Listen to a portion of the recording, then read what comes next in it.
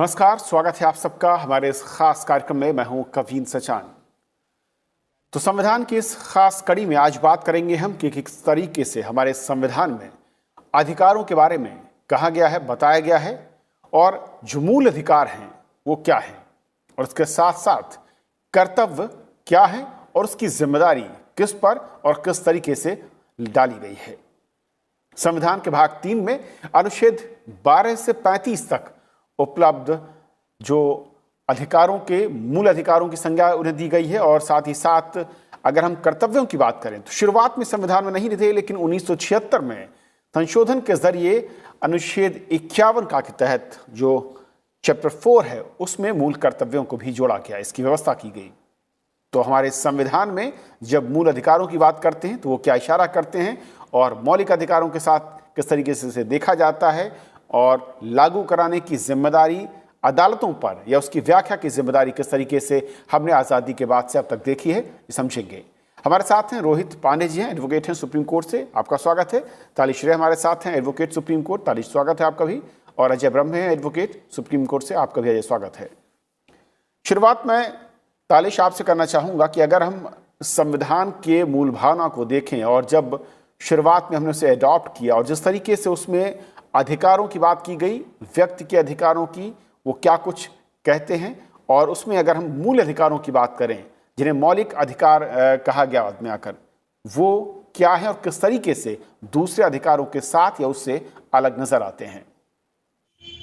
जी, सो जब हम अपने कॉन्स्टिट्यूशन को देखते हैं, कॉन्स्टिट्यूशन असेंबली डिबेट्स को देखते हैं, तो हमें ये नज़र आता है कि जब हमारी कॉन्स्टिट्यूशनल असेंबली इस पे डिबेट कर रही थी तो सबसे पहले ये मौलिक अधिकार आए क्यों? ये मौलिक अधिकार इसलिए आए क्योंकि जब हम अपना कॉलोनियल रूल देखते हैं तो हमारे कॉन्स्टिट्यूशनल असेंबली में ये रियलाइजेशन था कि मौलिक अधिकार इसलिए देना है ताकि डीह्यूमनाइजेशन ना हो जाए, क्योंकि एक इंसान उसके जो जो अधिकार फंडामेंटल हैं वो उसमें दिए जाएं, वो ह्यूमन राइट्स की तरह दिए जाएं। तो ये फंडामेंटल राइट्स या मौलिक अधिकार उसके तहत लाए गए। लेकिन दूसरा उसका एक और भी कारण था, ये था कि ये मौलिक अधिकार देने के बाद हम एक ट्रांसफॉर्म्ड सिटीजनरी भी चाहते थे, तो इसीलिए वो मौलिक अधिकार एंटी हायरार्की भी दिए गए। तो अगर हम आर्टिकल 14 से लेकर के चालू करें तो हमको वेरियस टाइप्स के आपको मौलिक अधिकार मिलेंगे, चाहे वो समानता का अधिकार हो या आपके राइट टू फ्रीडम हो, राइट टू लाइफ हो, कल्चरल एंड एजुकेशनल राइट्स है, राइट अगेंस्ट एक्सप्लॉयटेशन है। ये सारा दिखाता है कि कैसे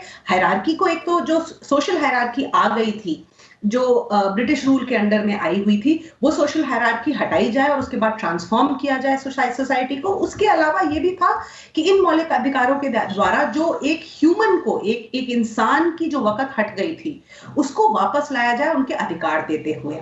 तो इसी के सिलसिले में जो है, जो ये अधिकार है ये चलते गए और फिर एक्सपैंड भी करते गए, और इसका एक्सपेंशन हम देखते हैं माननीय उच्चतम न्यायालय ने दिया, चाहे वो राइट टू लाइफ में हो, जिसमें राइट टू लाइफ में कितनी सारी चीजें पढ़ी गई हैं, या अगर आप किसी और राइट में भी देखें तो उन सारे राइट्स को पढ़ते पढ़ते ये लाया गया कि हायरार्की हटाया जाए या जिसको भी इक्वल ट्रीट करना है, समानता दी जाए। ये सारे उसी के तहत जो है मौलिक आपके अधिकार सामने रखे गए।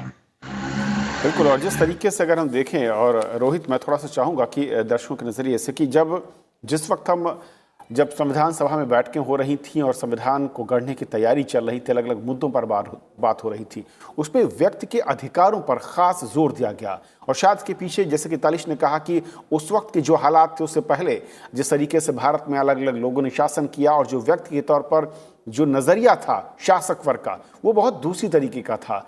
शोषण का एक मैं कहूँ कि नज़रिया हुआ करता था, और उसी नज़रिए से उसको देखा जा रहा था। और इसी को बदलने के लिए ही जो अधिकार या मौलिक अधिकार की चर्चा हुई, और उसके बाद एक अलग से मैं कहूँ कि इसका एक पूरा चैप्टर, इसमें अलग अलग प्रावधान जोड़ने की बात आई। रोहित जी, नमस्कार। देखिए, आपने बहुत ही अच्छा विषय चुना है। जो संविधान की बात अगर की जाए तो संविधान हमारी आत्मा है, ये हम आज से नहीं, हम बचपन से सुनते आ रहे हैं। जिस तरीके से ये संविधान में मौलिक अधिकार और मौलिक कर्तव्य की बात जब आई है, तो पहले हमें मौलिक कर्तव्य की बात पे ज्यादा ध्यान देने की जरूरत है कि हमें मौलिक कर्तव्य, जो हमारे कर्तव्य हैं, अगर हम अपने कर्तव्य को हम पूरा करते हैं, फिर इसके बाद फिर हम अधिकारों की बात करते हैं। तो जब अधिकार, हमारे अधिकार की मांग आप तभी करेंगे जब आप कर्तव्य करेंगे। तो जो जिस तरीके से जब ये संविधान की बात जब आई और उसको जब वहां पे रखा गया पटल पे, तो वो जब बनाया गया तो इस पे ये ध्यान दिया गया कि जो अधिकार है वो अधिकार को जो है प्राइमरी स्टेज पे रखा गया उसे, फिर सेकेंडरी स्टेज पे रखा गया कर्तव्य को। हमारा मानना यह है कि हर एक जो समाज में हमारे लोग हैं उन्हें पहले कर्तव्य को ज्यादा अच्छे तरीके से समझ लेना चाहिए, फिर अपने अधिकारों की मांग करनी चाहिए। तो मेरे हिसाब से यह है कि जो सरकार, हम सरकार पे थोपते हैं चीजों को, बताते हैं कि हमारे अधिकार हैं, लेकिन हम अधिकारों के बजाय हम कर्तव्यों की बात को भूल जाते हैं। ये हमें जानने की बहुत जरूरत है। लेकिन अजय, जो कि कर्तव्यों पर मैं आऊं से पहले, अगर जैसे कि रोहित ने कहा कि जो इनिशियल है वो शुरुआत होनी चाहिए कर्तव्यों के साथ और अधिकार उसके बाद, लेकिन क्या वजह थी कि हमारे संविधान निर्माताओं ने उस वक्त कर्तव्यों से पहले अधिकारों की चर्चा की, उसे एक तरीके से प्रतिष्ठित किया, उनकी व्याख्या की और उन अधिकारों को लागू कराने की जिम्मेदारी या देने की जिम्मेदारी राज्य पर, और उसके बाद अदालतों के जरिए उसे एक, मैं कहूँ कि सही परिवेश में उसकी व्याख्या की बात भी इसमें शामिल की गई। हमें ये समझना चाहिए, सबसे पहले मुझे ऐसा लगता है कि एक भ्रांति भी, इनफैक्ट 96 में एक जजमेंट ने क्लैरिफाई भी किया, ये एक भ्रांति है कि हमें संविधान जो है वो राइट दे रहा है, कन्फर कर रहा है। ऐसी बात नहीं है। संविधान जो है वो जो हमारे फंडामेंटल राइट्स हैं उसको सिर्फ अफर्म कर रहा है, और ये माना गया है कि जो फंडामेंटल राइट्स हैं वो हमारे इंट्रिंसिक हैं। जस्ट बिकॉज हम एक रेस का हिस्सा हैं, ह्यूमन रेस का, हम ह्यूमन बीइंग हैं, इसलिए फंडामेंटल राइट्स जो हैं हमारे, they get on to the roots of my existence. मैं जिंदा हूं इसलिए मुझे फंडामेंटल राइट्स चाहिए, फंडामेंटल राइट्स के बिना मैं जिंदा नहीं रह सकता। तो ये कहना कि क्योंकि कॉन्स्टिट्यूशन आ गया 1950 के बाद से लागू हो गया इसलिए फिर फंडामेंटल राइट्स आ गए, ऐसी बात नहीं है। Fundamental rights regardless of the constitution will exist. Constitution उसको कंफर्म करता है, हाँ भाई आपके फंडामेंटल राइट्स हैं। अब इसमें एक और चीज, मेरे ख्याल से शायद इस चीज को और क्लेरिफाई करने के लिए मैं थोड़ा सा जूरिस्प्रूडेंस में जाना चाहूंगा। वो शायद दर्शकों के लिए भी काफी अच्छा रहेगा, उनकी समझ के लिए। इसको कहते हैं, एक एनालिसिस की जाती है जब हम जूरिस्प्रूडेंस की राइट्स एंड ड्यूटीज के बारे में अगर बात करें, उसको कहते हैं हॉफेल्डियन एनालिसिस। हॉफेल्डियन एनालिसिस में दो अहम पहलू होते हैं। एक को कहते हैं ज्यूरल अपोजिट्स, एक को कहते हैं ज्यूरल कोरिलेटिव्स। ज्यूरल अपोजिट्स क्या होता है कि अगर मिस्टर ए के पास में या किसी एक एंटिटी के पास में कोई राइट है, उसका अपोजिट क्या होगा कि जो दूसरा पर्सन है उसके पास में नो राइट होगा। लाइकवाइज अगर किसी के पास में प्रिविलेज है तो उसकी कोई ड्यूटी नहीं होगी। कन्वर्सली पुट, अगर किसी की कोई ड्यूटी है कि मैं इस काम को करूं या मेरे पे कोई ड्यूटी इंपोज की गई है, इसका मतलब उस पर्टिकुलर काम करने का मेरे ऊपर में प्रिविलेज नहीं है, सो आई हैव नो प्रिविलेज। इसी तरह से पावर का अपोजिट होता है डिसेबिलिटी, इम्यूनिटी का अपोजिट होगा लाइबिलिटी। ये तो हो गया हम ज्यूरल अपोजिट्स की जब बात करते हैं। साथ ही साथ होता है ज्यूरल कोरिलेटिव्स। कोरिलेटिव्स क्या होता है? अब जब, क्योंकि राइट्स एंड ड्यूटीज की अभी बात की हमारे मित्र ने, रोहित पांडे जी ने, तो कोरिलेटिव्स में क्या होता है कि जो राइट और ड्यूटी है वो अपोजिट नहीं है। ये हमें समझना चाहिए। राइट्स एंड ड्यूटीज कोरिलेटिव्स हैं। अगर राइट्स एग्जिस्ट कर रहे हैं, अगले क्या कोई ड्यूटी है, तभी वो राइट्स एग्जिस्ट कर रहा है, ये कोरिलेटिव है। इसी तरह से प्रिविलेज का कोरिलेटिव फिर क्या होगा? नो राइट, क्योंकि अगर कोई प्रिविलेज किसी के पास में है तो उसका कोरिलेटिव नो राइट होगा। इसी तरह पावर का जो होगा कोरिलेटिव लायबिलिटी होगा। इम्यूनिटी का कोरिलेटिव होगा डिसेबिलिटी।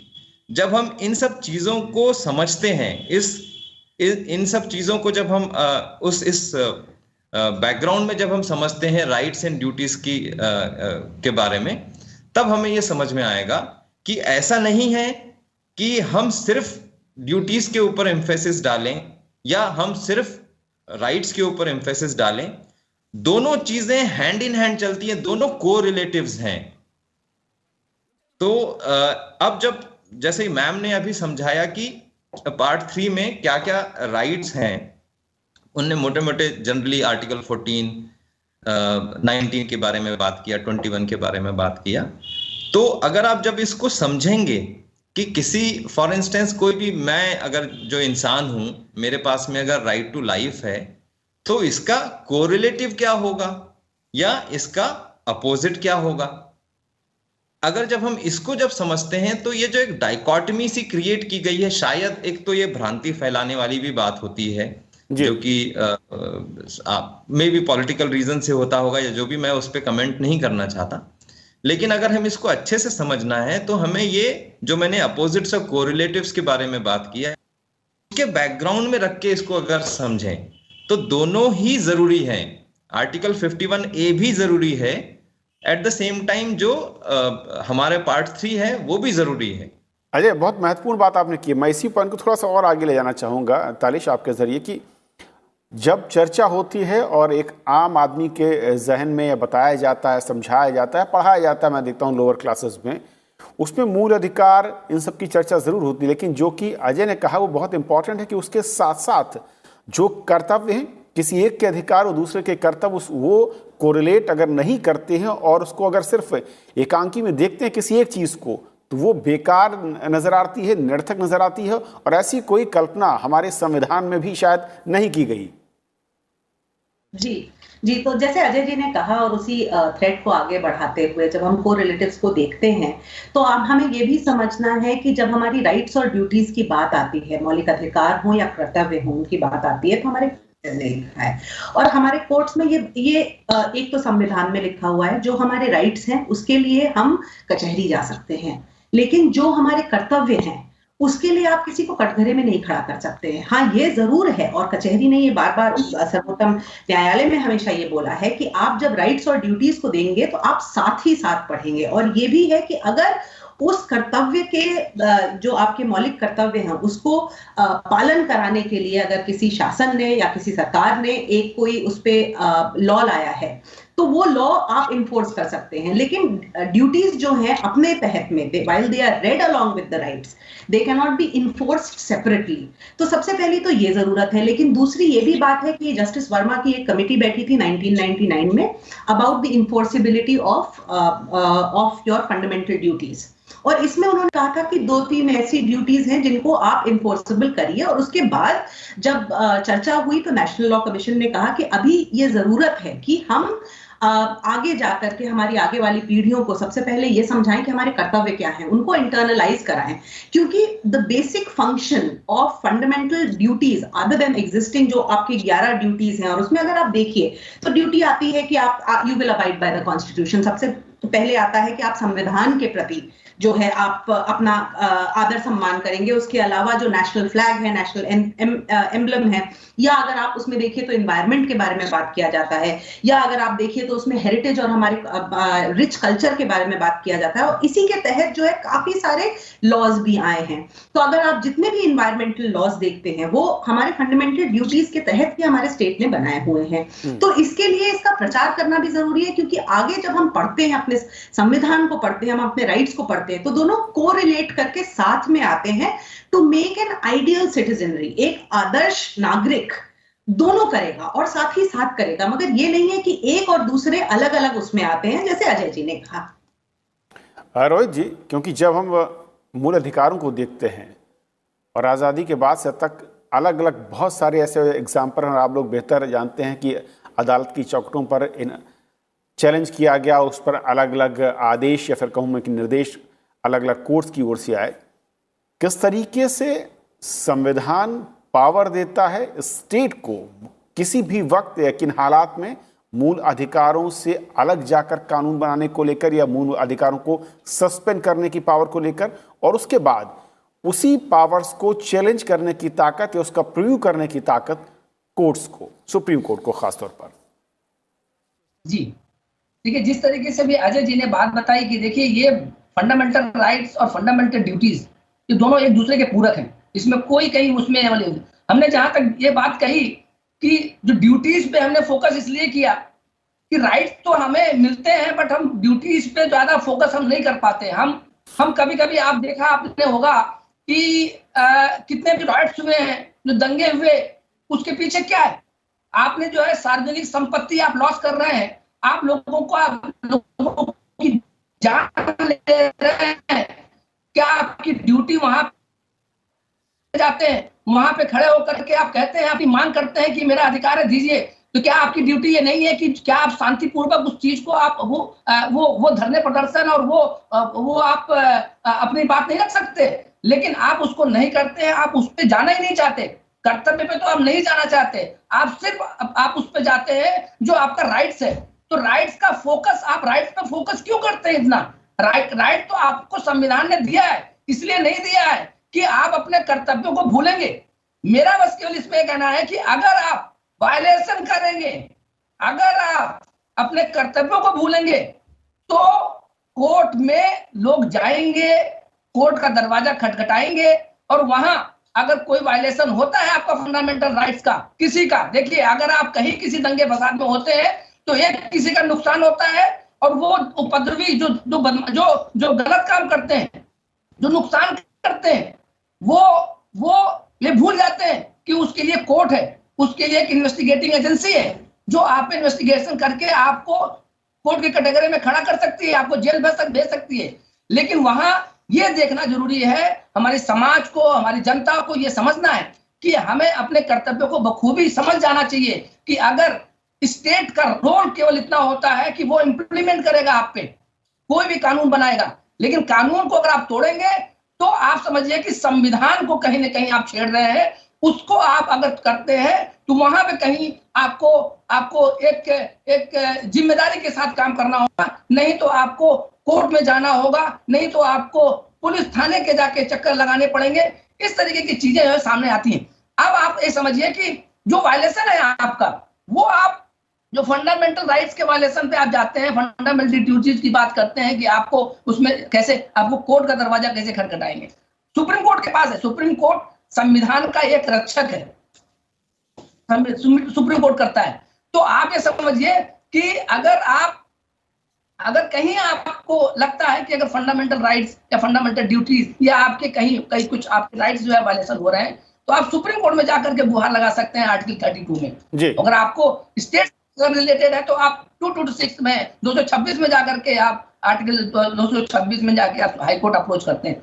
तो ये आपके पास अधिकार तो है कोर्ट में जाने का, लेकिन उसके पहले आपको हमारी समाज को, हमारी जनता को ये समझना होगा कि अगर हम कहीं जाते हैं तो हमें ये अपने अधिकारों को समझना है, अपने कर्तव्यों को समझना है, दोनों को चीजों को समझ करके हमें आगे काम करना है। लेकिन जो रोहित आप कह रहे हैं अजय, क्योंकि अगर मैं पावर्स की बात करूं, अगर इन्हीं में अधिकारों और कर्तव्यों के साथ साथ जो स्टेट की पावर है, चाहे इनको सस्पेंड करने को लेकर हो या फिर इनको अमल में लाने के लिए आम जनता पर दबाव डालने की बात हो, वो क्या है और किस तरीके से संविधान इस मसले पर राज्यों को और कोर्ट्स को पावर देता है?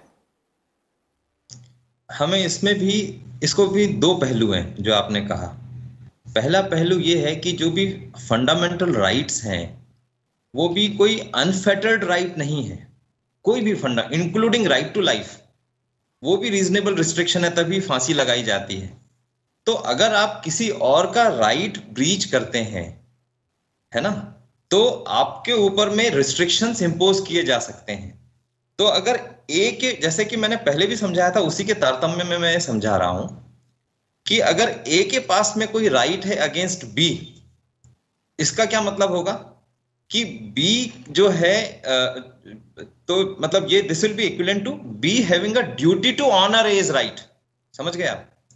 अब इससे ये हुआ कि जो स्टेट, अब जब आप इसमें एनफोर्सिबिलिटी के बारे में जब इस पर्टिकुलर कॉन्सेप्ट को देखते हैं आप जी, तो जिस किस्म से हमारा कॉन्स्टिट्यूशन का है और जिस तरह से पूरे डेमोक्रेसी फंक्शन करती है, वो ऐसा है कि जो गवर्नमेंट होती है ऑफ द डे, उसको पेरेंट्स पेट्रियाई समझा जाता है। मतलब कि जो गवर्नमेंट है वो एक पिताजी की तरह एक उसका काम है, क्योंकि वेलफेयर स्टेट है। तो ये जो ड्यूटी है, ऐसा जो हमारे सिटीजन्स हैं उनके पास में ये राइट है कि अगर उस राइट का कोई भी वायलेशन करता है, चाहे वो कोई भी हो, फिर मतलब स्टेट हो या कोई, अगर ऐसे कोई लॉज बना लिया गवर्नमेंट ने या स्टेट ने, उसके अगेंस्ट उसको एनफोर्स करने के लिए हम कोर्ट्स अप्रोच कर सकते हैं अंडर 226 या 32 एज द केस में भी। तो ऐसा नहीं है कि जो राइट्स हैं वो एकदम मतलब आपके खुले हैं या उसमें कोई रीजनेबल रिस्ट्रिक्शन नहीं है, ऐसा नहीं है। अब जब हम ड्यूटी पे ज्यादा अगर एम्फेसिस दें तो विद ड्यू रिस्पेक्ट, जहां कहीं भी मैंने ये देखा है कि जहां कहीं भी ज्यादा ड्यूटी के ऊपर एम्फेसिस अगर गवर्नमेंट्स डाल रही हैं, with due respect I am saying not to be taken otherwise, वो अक्सर आप देखेंगे कि जब गवर्नमेंट्स ऑफ द डे, जहां भी विश्व में पूरे, और राइट फ्रॉम द हिस्ट्री आप देखें, जहां पे भी अगर ड्यूटीज के बारे में ज्यादा एम्फेसिस है, आप देखेंगे कि शायद वो एक अथॉरिटेरियन रेजीम की आपको उससे बू आएगी। जबकि गवर्नमेंट का काम क्या है? पेरेंट्स पेट्रियाई का काम है। और जो हमारा कॉन्स्टिट्यूशन का स्कीम भी है, जैसा मैंने आपको बताया, वो ऐसा है कि जो पार्ट 3 है हमारा फंडामेंटल राइट्स, उसके ऊपर ज्यादा एम्फेसिस है। और रीजन भी मैंने आपको एक्सप्लेन कर दिया, क्योंकि कोएग्जिस्ट करते हैं, ऐसा नहीं है कि दोनों जुदा हैं। तो अगर आप ज्यादा एम्फेसिस ड्यूटी पे डाल रहे हैं, इसका ये मतलब है कि शायद आपकी जो ड्यूटी है एज अ पेरेंट्स पेट्रियाई, जो स्टेट ऑफ द डे होगी, right from the history I am saying, Germany की बात करें या कहीं की भी बात करें, तो जो उस समय की जो गवर्नमेंट ऑफ द डे है, अगर वो ज्यादा ड्यूटी के ऊपर एम्फेसिस डालती है, इसका मतलब कहीं ना कहीं वो खुद की जो उसकी ड्यूटी है to protect the rights of citizens, उससे वो पीछे हट रही है वहां की गवर्नमेंट ऑफ द डे। इसीलिए ही कॉन्स्टिट्यूशन की स्कीम ही कुछ ऐसी है, अदरवाइज डेमोक्रेसी फंक्शन नहीं करेगी अगर आप ज्यादा ही ड्यूटी पे एम्फेसिस देंगे। तालिश, एक आखिरी सवाल जो अजय कह रहे थे, मैं इसको अगर वर्ल्ड वाइड देखना चाहूँ तालिश, कि जब हम भारतीय संविधान और भारतीय समाज को, यानी कि आम आदमी को, जो यहाँ की सोसाइटी है, उसको इवॉल्व होते हुए देखते हैं पिछले 7 दशकों में, किस तरीके से फ़र्क नज़र आता है दुनिया के अलग अलग दूसरे देशों से अगर कंपेयर करें, जहाँ पर इस तरीके के संविधान को भी अपनाया गया, लेकिन जो अधिकार और कर्तव्यों की बात जो कि अजय कह रहे थे कि उस तरीके से वन साइडेड जो प्रेशर है उस तरह का था, और जब यहाँ पर हमने देखा कि जो कंपेटिबिलिटी थी, जो कि लचीलापन था, वो कहीं ज़्यादा है उनके मुकाबले। तो ये जो है एक ट्रेंड चलता है। अगर हम ह्यूमन सिविलाइजेशन को देखें, जब से डेमोक्रेसीज आई हैं, उसमें ये रहता है कि कभी एक का पल्ला भारी होता है, कभी दूसरे का पल्ला नीचे होता है। क्योंकि होता क्या है कि आप जब भी देखिए किसी भी सोसाइटी में, उसमें जहां पे ये कॉन्स्टिट्यूशनल डेमोक्रेसीज आई हैं, वहां पे हमेशा ये थोड़ा बहुत एक चैलेंज चलता रहता है। तो ये सिर्फ यहाँ की ही बात नहीं कर रहे हैं, राइट्स और रिस्पॉन्सिबिलिटीज की अगर हम बात करें तो आप ये भी देखिए कि जॉन एफ कैनेडी ने खुद कहा था, ask not what the nation does for you, ask what you have done for the nation or something like that, कुछ ऐसे ही पैराफ्रेज करके उन्होंने ये बोला था। तो ये काफी बार आता है कि भाई आप क्यों पूछ रहे हैं कि संविधान से क्या चाहिए, लेकिन हमें इसमें बस एक ही बात गौर फरमानी है, और ये बहुत जरूरी चीज है जो हम भूल जाते हैं, और ये सिंपली हमारे प्रियम्बल में आता है, वी द पीपल। और वी द पीपल एक अंडरलाइनिंग फैक्ट है हमारे डेमोक्रेटिक कॉन्स्टिट्यूशनल गवर्नेंस का। ये हर जगह है कि ये लोगों ने अपने आप को संविधान दिया है, तो क्योंकि वो लोग हैं, उनके मौलिक अधिकार, तभी इन अधिकारों को हम मौलिक मानते हैं। हाँ, ये जरूर है कि उस राइट से एक रिस्पॉन्सिबिलिटी निकल करके आती है, और उसके अलग भी और भी रिस्पॉन्सिबिलिटीज हैं।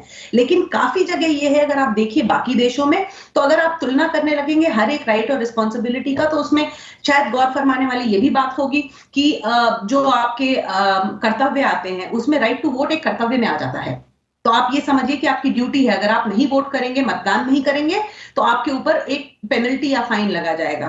तो इसमें काफी डिफरेंसेस आते रहते हैं कि किस चीज को एक राइट देखा गया है और किस चीज को एक कर्तव्य देखा गया है, कौन से आपके अधिकार हैं और कौन से कर्तव्य हैं। और ये काफी उस हद तक भी आता है कि जहां पे कॉलोनियल सोसाइटीज हैं या पोस्ट कॉलोनियल सोसाइटीज हैं, उस पे भी आता है कि किस तरह उन्होंने डेमोक्रेसी इवॉल्व करी, वेस्टमिंस्टर मॉडल पे है या किसी और मॉडल पे है, या ये जो है बाहर से लाया गया या अपने आप में उभरा, या कोई इसके लिए स्वतंत्रता सेनानियों का इसमें कोई कंट्रीब्यूशन रहा। तो ये सारे फैक्टर्स जब हम देखते हैं तो हम ये देखते हैं, लेकिन उसमें जो सुप्रीम फैक्टर ये है, उसमें ये है कि जो वहां के नागरिक हैं, उन्होंने अपने आप को इस संविधान या किसी भी संविधान को दिया है। तो नागरिक और उनके जो मौलिक अधिकार हैं, जिसके साथ में उस अधिकारों में भी कर्तव्य आते हैं, वो साथ ही साथ चलते हैं। तो इन दैट सेंस अगर हम डेमोक्रेटिक कॉन्स्टिट्यूशनल डेमोक्रेसीज की बात करें तो उनका सबसे ज्यादा जो एक चुनाव रहा है वो इसका रहा है कि उस समय का समाज क्या चाहता है। और अगर हम भारत की उसमें बात करें